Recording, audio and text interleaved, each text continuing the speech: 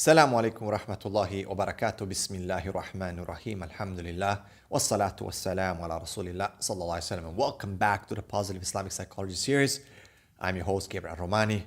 Alhamdulillah, spreading out the message of the Positive Islamic Psychology da'wah. And last episode, we just introduced the concept of the laws of learning and how it affects human behavior. And today, we're going to talk about this principle in more detail.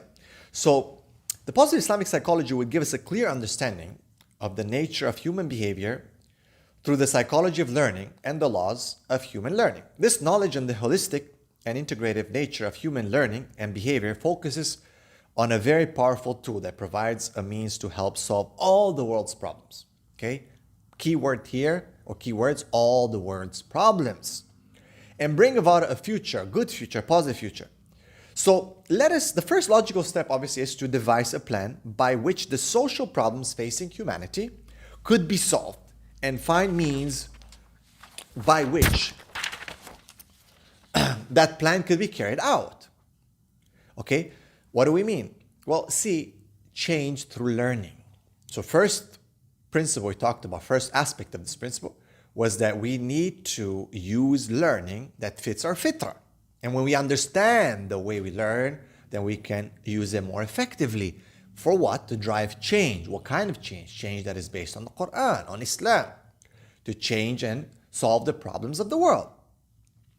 So we need to have a plan of how to do it.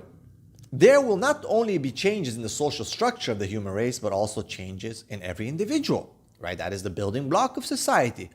And these changes will affect thoughts, words, deeds, of every single person on the planet. To transform human behavior, we have to transform the belief system of humanity, i.e., to bring them to Islam.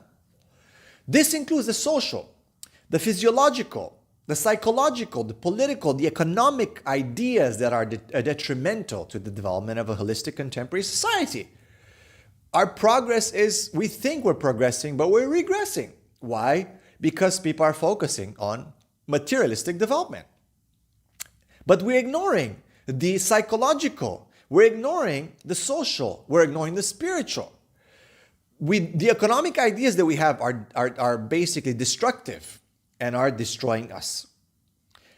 There are three basic classes of influences that determine all our learning and the development of our individual personality. First, we're influenced by the physical environment. Very important. I urge you, and I hope that you're taking notes. The physical environment. Second, we're influenced by other people, those around us. Third, i.e. social influences. Okay, third, we're influenced by our own inner speech, our own thoughts. And we're going to see how that works because it's very important. So we're going to go into details a bit later.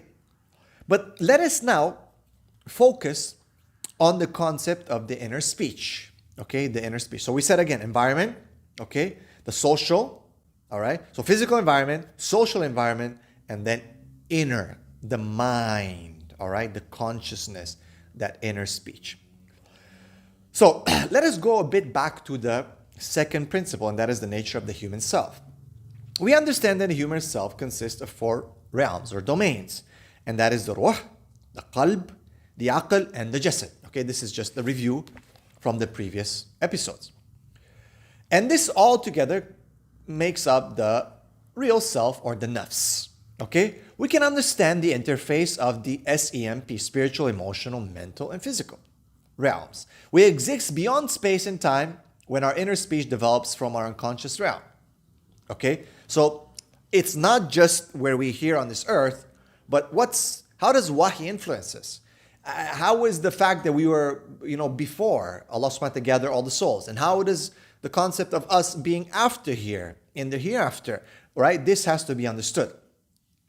And how does inner speech relate to that? What is the purpose of wahi? What is the purpose of dreams? What is the purpose of the waswasa of the shaitan? And how does that affect our thoughts? A lot of times people are like, I don't know where these thoughts are coming from. Where is this inner speech coming from?